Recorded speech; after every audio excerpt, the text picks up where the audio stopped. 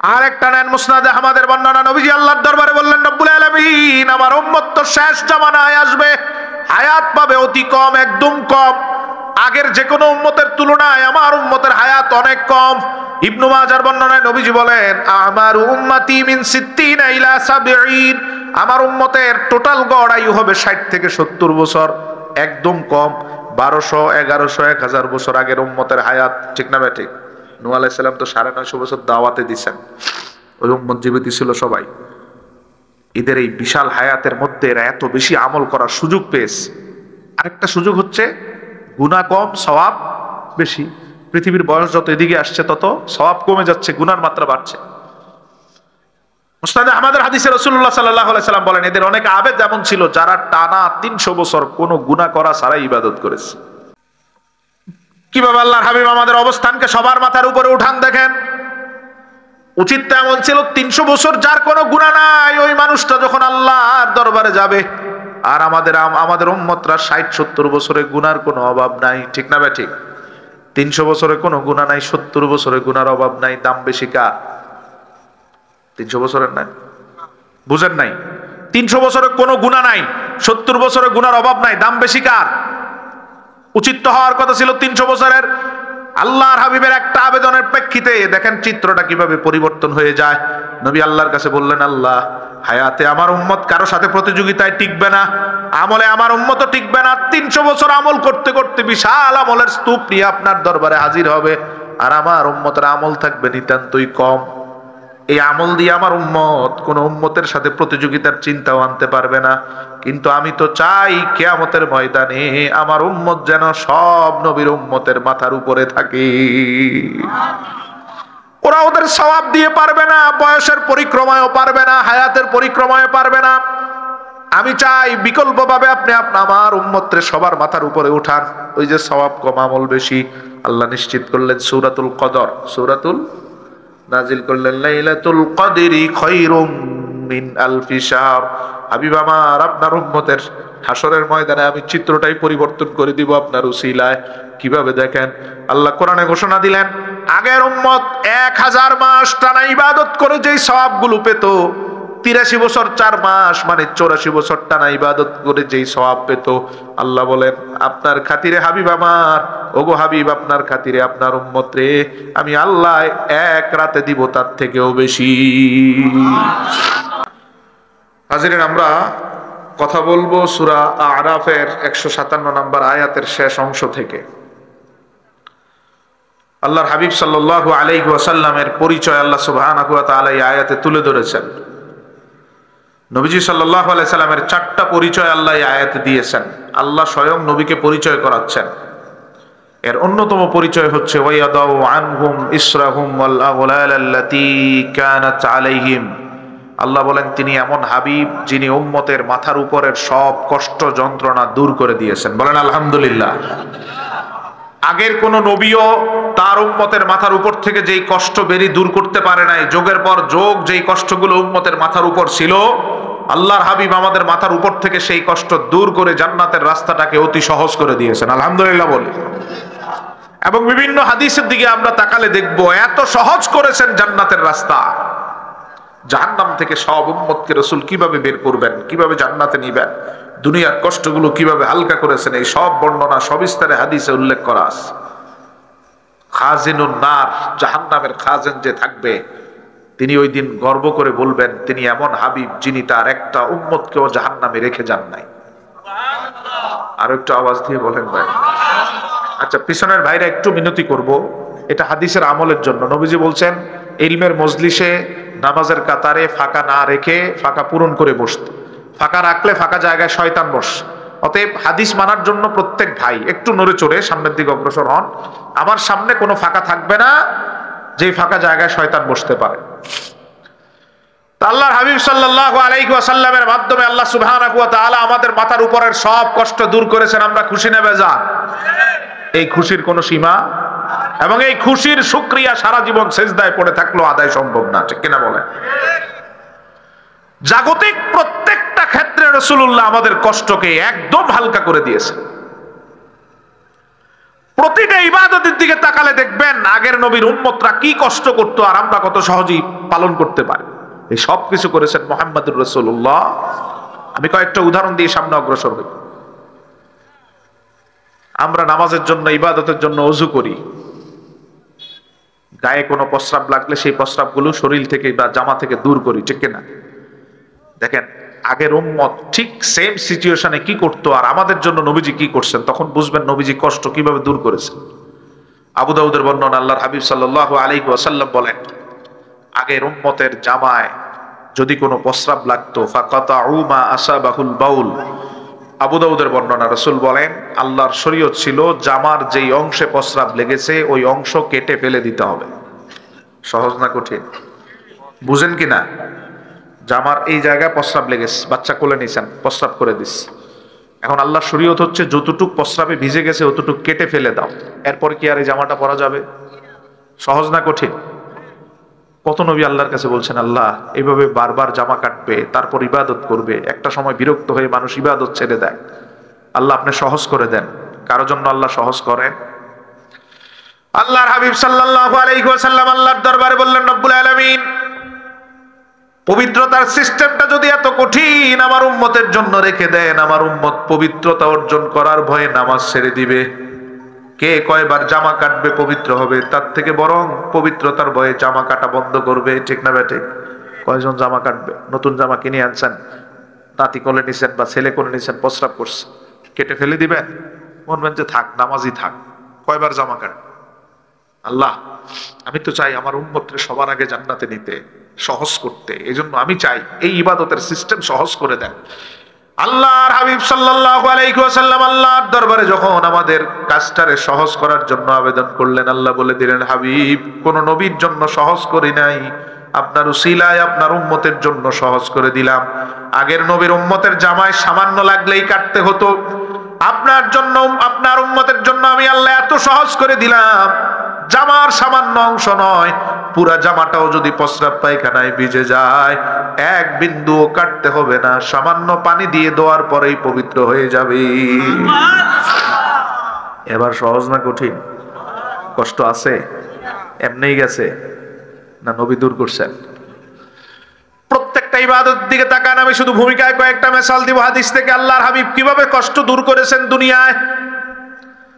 তারপরে আমরা নামাজ আদায় করি, 5 ওয়াক্ত নামাজের প্যাকেজ আল্লাহ আমাদেরকে দান করেছেন, কোন নবীর উম্মতরে দেন নাই। আগে 1 ওয়াক্ত 2 ওয়াক্ত নামাজ পড়তো নবীর উম্মতেরা, কি কষ্ট ছিল দেখেন। নামাজের বিধান ছিল সব উম্মত এক জায়গায় একত্রিত হয়ে সকলে মিলে একটা ময়দানে সেজদা দিবে, যে যার মতো দাঁড়ালে হবে না, কেউ এই গ্রামে, কেউ ওই গ্রামে, কেউ মসজিদে, কেউ বাহিরে, হবে না, সবাই এক জায়গায় আসতে হবে। ধরেন এটা উপজেলা সদর না, সিলেট সদর তো, আচ্ছা গোলাপগঞ্জ, এখান থেকে গোলাপগঞ্জ সদরের দূরত্ব কত কিলো? 4 বা 5। কোন কোন গ্রাম গোলাপগঞ্জ থেকে 10 কিলো দূরেরও আছে না। ধরেন আগের সিস্টেমটা যদি, শুধু আগের সিস্টেমটা আমাদেরকে আল্লাহ দিতেন যে জনপদের সকল মানুষ এক জায়গায় এসে ইবাদত করতে হবে, সিজদা দিতে হবে, যে যার মতো দাঁড়ালে হবে না। সিস্টেমটা কেমন হতো? এই গোলাপগঞ্জ জনপদের সকল মানুষ, গোলাপগঞ্জ পৌরসভার খোলা একটা চত্বর থাকবে, বড় মাঠ থাকবে, ওই মাঠে পুরা থানার মানুষ একত্রিত হয়ে নামাজ পড়বে। সহজ না কঠিন? সহজ তো, বুঝেন কিনা? ফজরের নামাজ গোলাপগঞ্জ গিয়ে ধরতে আপনি না 4 কিলো, যার 10-12 কিলো, রাতের 4টায় রওনা দিতে হবে, ঠিক কিনা? এটাই ছিল সব নবীর উম্মতের শরীয়ত। কত নবী আল্লাহর কাছে বলেছিলেন, রব্বুল আলামিন নামাজের জায়গার ডিসটেন্সটা কমিয়ে দেন যাতে উম্মত সহজে সেজদা দিয়ে বাসায় যেতে পারে। কোন নবীর উম্মতের জন্য আল্লাহ এটা সহজ করেন নাই, কষ্ট করে ইবাদতগুলো করতে হতো। আল্লাহর হাবিব আল্লাহর দরবারে বললেন, রব্বুল আলামিন আমার উম্মত আসবে শেষ জামানায়, ওই সময় আমলের স্পৃহা থাকবে একবারেই কম, গুনার স্পৃহা থাকবে বেশি, গুনাহ করতে মন চাইবে, আমল করতে মন চাইবে না। এই জায়গাতে আবার এত দূরত্ব যদি রেখে দেন, আমার উম্মত নামাজই ছেড়ে দিবে, আর নামাজ ছেড়ে দিলে সহজে জান্নাতে যেতে পারবে? আমি তো চাই সহজে উম্মতরে জান্নাতে নিয়ে যাব। আল্লাহু আকবার কর। এবং দেখবেন কিভাবে সহজে উম্মতরে জান্নাতে নিয়ে যান নবীজি। আল্লাহর হাবিব আল্লাহর দরবারে বললেন, রব্বুল আলামিন নামাজের ডিসটেন্সটা এত সহজ করে দেন যাতে সহজে এবং অনায়াসেই নামাজ পড়ে বাসায় যেতে পারে।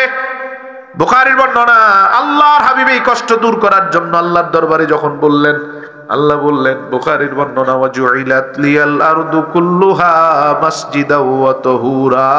হাবিব আমার, আপনার উম্মতের জন্য আমি আল্লাহ পুরো পৃথিবীটারে মসজিদ বানায় দিলাম। এখানে নামাজ পড়লে হয় কি হয় না? রাস্তায় সবাই কর, ঘরে তাহাজ্জুদ পড়ে, হয় কি হয় না? মসজিদে তো নামাজ পড়িয়ে, ঠিক কিনা? হাওরের মাঝখানে পুরা জমিনটাই মসজিদ, যাতে আপনার উম্মত যেখানে ওয়াক্ত হয় সহজে সেখানে নামাজ পড়তে পারে। এখন সহজ না কঠিন? আপনার আমার রোজার আগের রোজা কোনোটাই মিল নাই।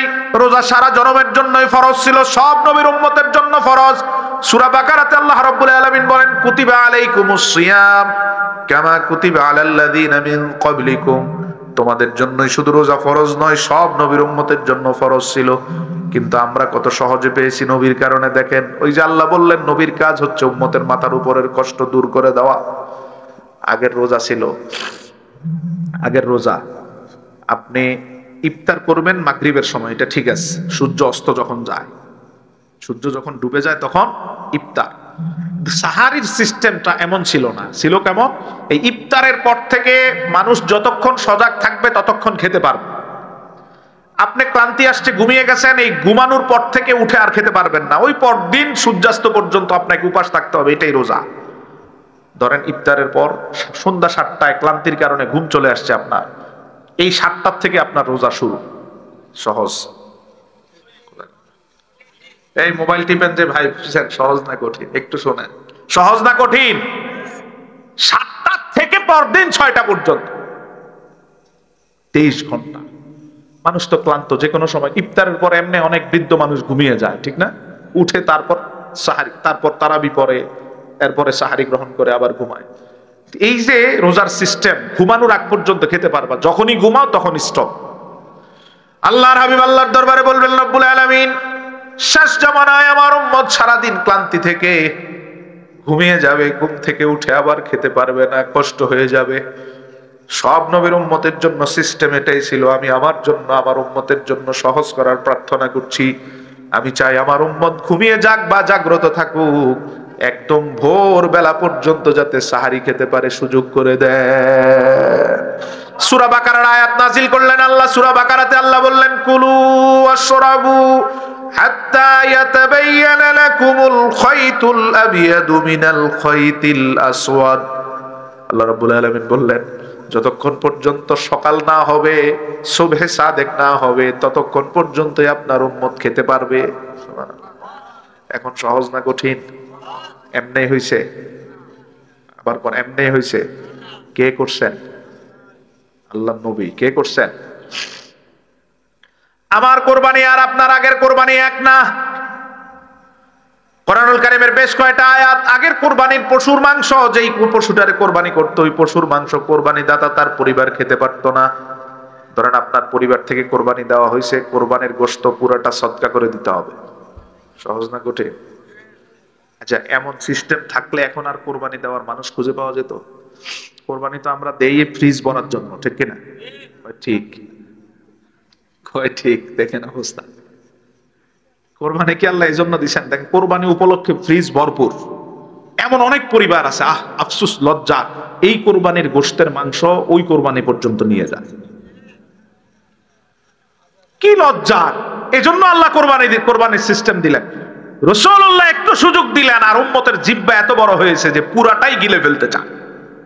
আল্লাহ ক্ষমা করুক, বলে না আমিন। আগের সিস্টেম কি? কোরবানি দেওয়ার পরে এক টুকরা মাংস পরিবারের কেউ খেতে পারবে না, পুরো মাংসটা দরিদ্রের মাঝে বিলিয়ে দিতে হবে। সহজ না কঠিন? আল্লাহর হাবিব আল্লাহর দরবারে বললেন, রব্বুল আলামিন, আমার উম্মত কষ্টার্জিত টাকা জমা করে করে কোরবানির পশু কিনবে, জবাই করবে। পরিবারের ছোট ছোট বাচ্চাগুলো দেখে তাকিয়ে থাকবে, জবাই করা হচ্ছে পশু।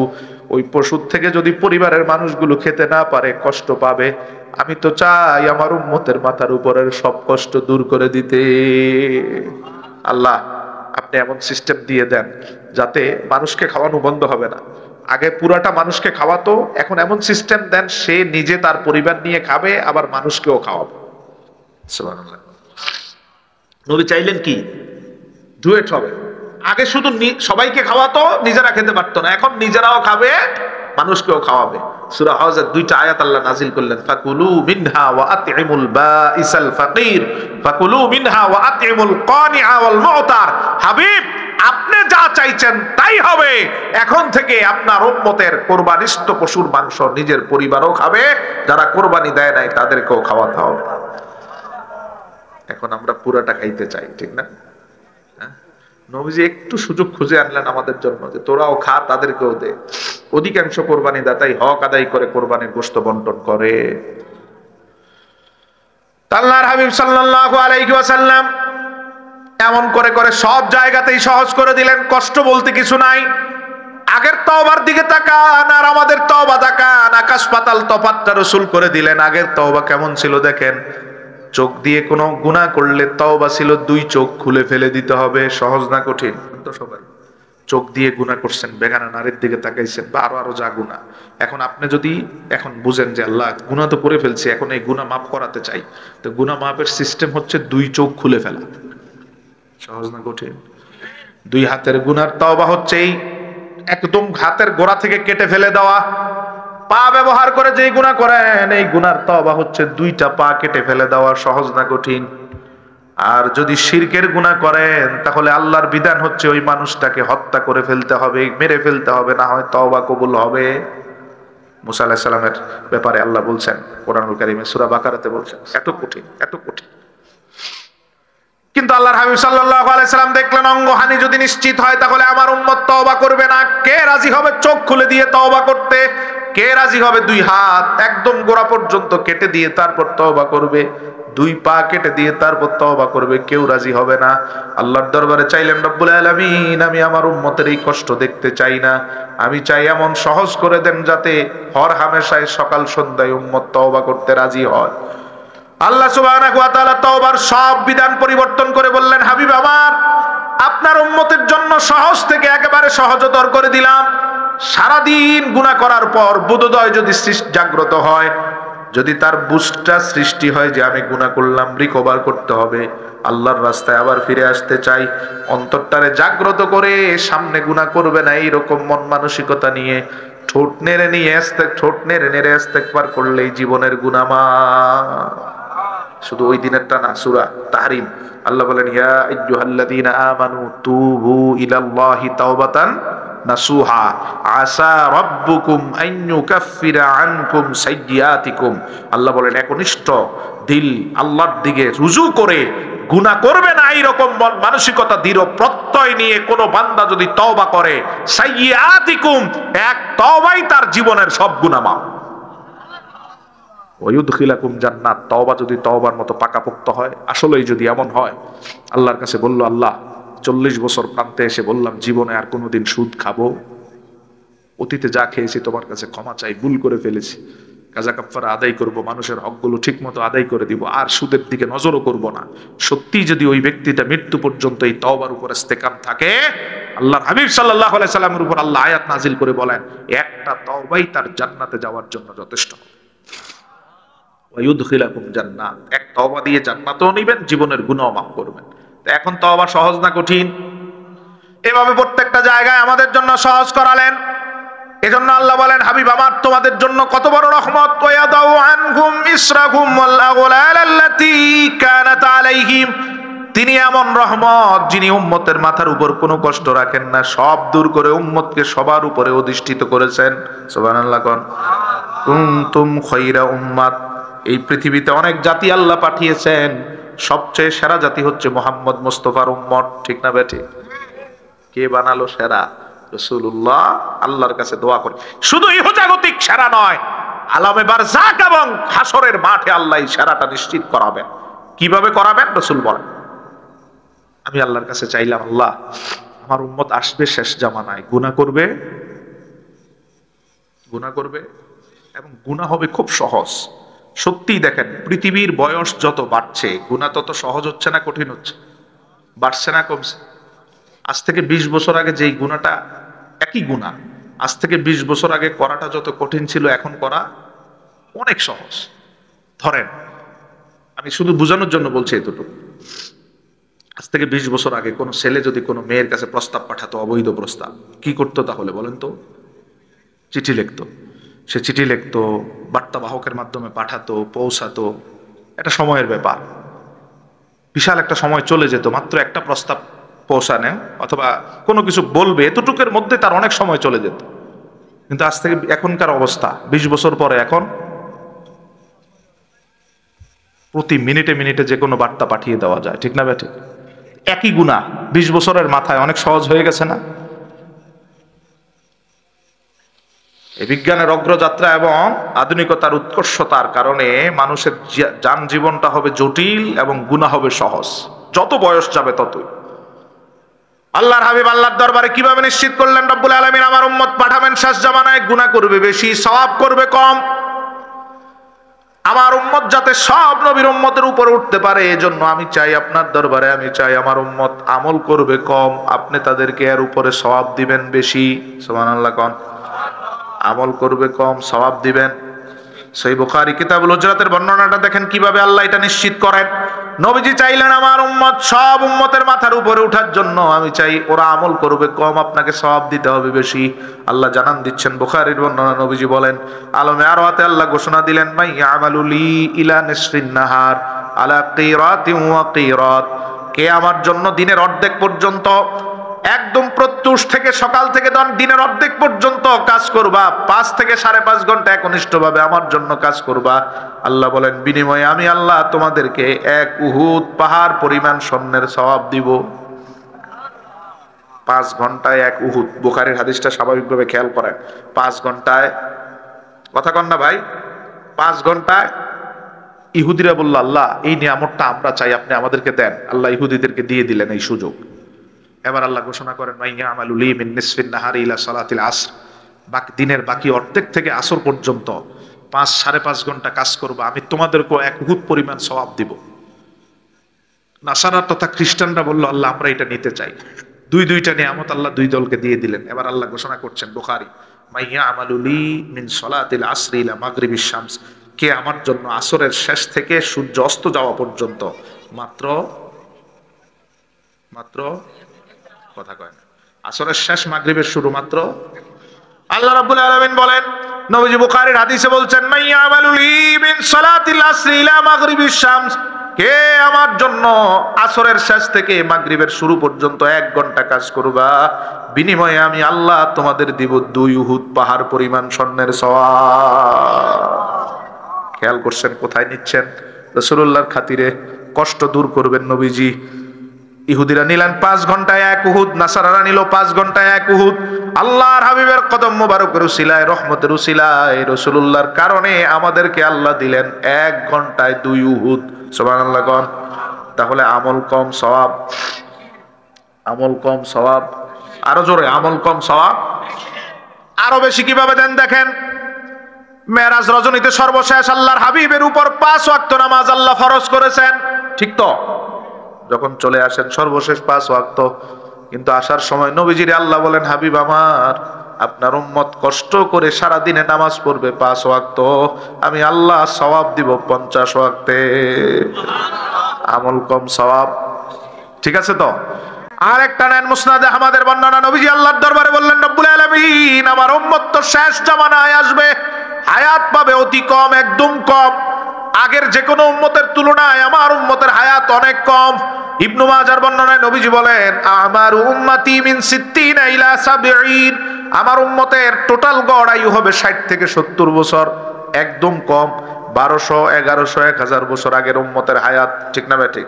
নূহ আলাইহিস সালাম তো 950 বছর দাওয়াতে দিয়েছেন, ওই উম্মত জীবিত ছিল সবাই। এদের এই বিশাল হায়াতের মধ্যে এরা এত বেশি আমল করার সুযোগ পেয়েছে।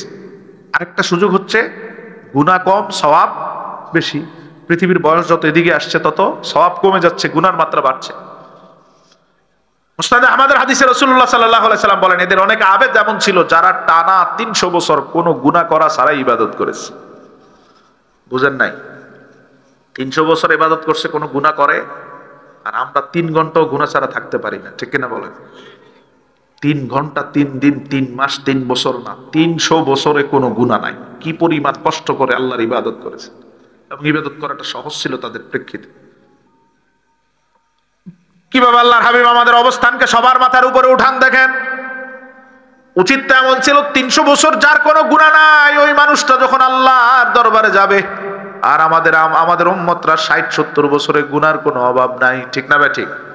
300 বছরে কোনো গুনাহ নাই, 70 বছরে গুনার অভাব নাই, দাম বেশি কার? 300 বছরের নাই? বুঝেন নাই? 300 বছরে কোনো গুনাহ নাই, 70 বছরে গুনার অভাব নাই, দাম বেশি কার? উচিত তো হওয়ার কথা ছিল 300 বছরের। আল্লাহর হাবিবের একটা আবেদনের প্রেক্ষিতে দেখেন চিত্রটা কিভাবে পরিবর্তন হয়ে যায়। নবী আল্লাহর কাছে বললেন, আল্লাহ, হায়াতে আমার উম্মত কারো সাথে প্রতিযোগিতায় টিকবে না, আমলে আমার উম্মত টিকবে না। 300 বছর আমল করতে করতে বিশাল আমলের স্তূপ নিয়ে আপনার দরবারে হাজির হবে, আর আমার উম্মতের আমল থাকবে নিতান্তই কম। এই আমল দিয়ে আমার উম্মত কোন উম্মতের সাথে প্রতিযোগিতার চিন্তাও আনতে পারবে না। কিন্তু আমি তো চাই কিয়ামতের ময়দানে আমার উম্মত যেন সব নবীর উম্মতের মাথার উপরে থাকে। ওরা ওদের সওয়াব দিয়ে পারবে না, বয়সের পরিক্রমায়ও পারবে না, হায়াতের পরিক্রমায় পারবে না। আমি চাই বিকল্পভাবে আপনি আমার উম্মতের সবার মাথার উপরে উঠান। ওই যে সওয়াব কম আমল বেশি, আল্লাহ নিশ্চিত করলেন সূরাতুল কদর, সূরাতুল নাজিল করলেন লাইলাতুল কদরি খায়রুম মিন আলফি শাহর। হাবিব আমার, আপনার উম্মতের হাসরের ময়দানে আমি চিত্রটাই পরিবর্তন করে দিব আপনার উসিলায়। কিভাবে দেখেন, আল্লাহ কোরআনে ঘোষণা দিলেন, আগের উম্মত 1000 মাস টানা ইবাদত করে যেই সওয়াবগুলো পেত, 83 বছর 4 মাস মানে 84 বছর টানা ইবাদত করে যেই সওয়াব পেত, আল্লাহ বলেন আপনার খাতিরে হাবিব আমার, ওগো হাবিব, আপনার খাতিরে আপনার উম্মত রে আমি আল্লাহ এক রাতে দিব তার থেকেও বেশি। রাতটার নাম কি? আরো জোরে কন। লাইলাতুল কদরি খায়রুম মিন আলফি শাহর। হাবিব আমার, এক রাতে আমি আল্লাহ 12 ঘন্টার এক রাতে দিব 1000 মাস তথা 84 বছরের থেকেও বেশি। 60 বছরের হায়াতের রসুলের উম্মত 50টা বছরের কদর বৃথায় গেল, মূল্য দিতে পারে নাই, গুরুত্ব দিতে পারে নাই। যদি মাত্র 10টা কদরের নিয়ামত নিয়ে আল্লাহর দরবারে হাজির হয়, লেখা থাকবে 840 বছরের চেয়েও বেশি সওয়াব। হ্যাঁ, আরো আস্তে কোন সুবহানাল্লাহ। কই উঠাচ্ছেন নবীজি? আবু দাউদের বর্ণনায় রাসূল বলেন, ঠিকই আমার উম্মত এত উচ্চতায় উঠবে, ইয়াগফিতুহুমুল আম্বিয়া ওয়াশ শুহাদা। কিয়ামতের ময়দানে আমার উম্মতরে আল্লাহ এত উচ্চ স্থানে অধিষ্ঠিত করবেন, যা দেখে অন্য নবীরা পর্যন্ত ঈর্ষান্বিত হবে। একদল নবী বলবে, আল্লাহ এরা তো নবী না, তাহলে কেন এত উপরে উঠলো? আল্লাহ বলবেন, হ্যাঁ সত্য বলেছে, এরা নবী না, তবে এদের একটা গুণ, তারা মুহাম্মদ মুস্তাফার উম্মত। কত উপরে উঠাবেন?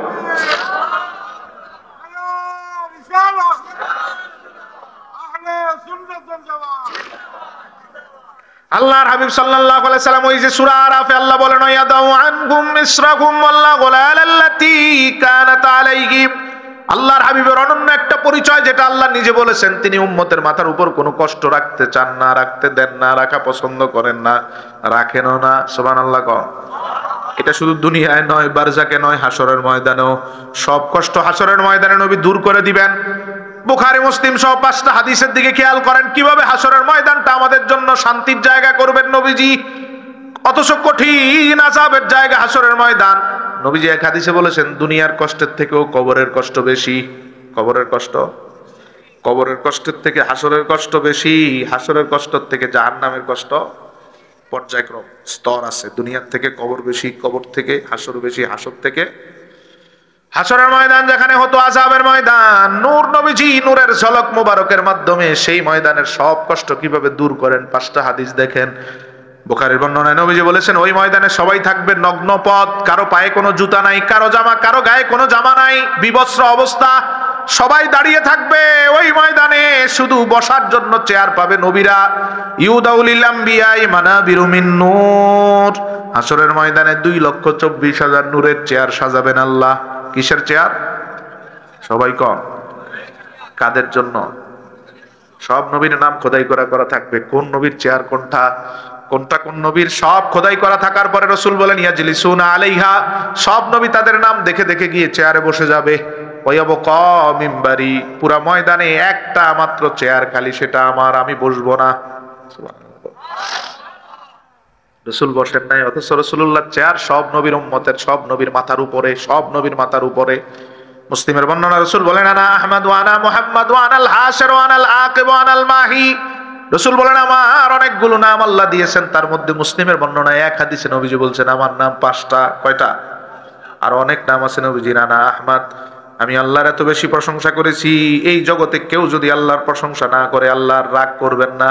আল্লাহ বলেন হাবিব সবার থেকে এত বেশি প্রশংসা আপনি করেছেন, আমি রাজি হয়ে গেলাম, খুশি হয়ে গেলাম। আর কেউ না করলেও আপনি তাদের সবার পক্ষ থেকে হক আদায় করে নিয়েছেন। এজন্য আমার নাম আল্লাহ নিজে দিয়েছেন আহমদ, অধিক প্রশংসাকারী। এত প্রশংসা কেউ করে নাই, করবেও না। আপনি আমার বেশি প্রশংসা করেছেন, এজন্য আরেকটা নাম আপনারে দেই, হাদিয়া দেই, মুহাম্মদ। যেহেতু আপনি আমার বেশি প্রশংসা করেছেন, আমিও আপনারে প্রশংসিত করে রাখবো সবার অন্তরে। এজন্য আপনার নাম মুহাম্মদ। প্রশংসা করছেন বেশি, প্রশংসিত থাকবেনও। ওয়ানাল হাসের, হাসর করাবেন আল্লাহ। মালিক ইয়াউমিদ্দিন, বিচার দিবসের মালিক কে? বিচার কায়েম করবেন কে? হাসর করবেন কে? কিন্তু নবীর নাম কেন হাসের, হাসরকারী?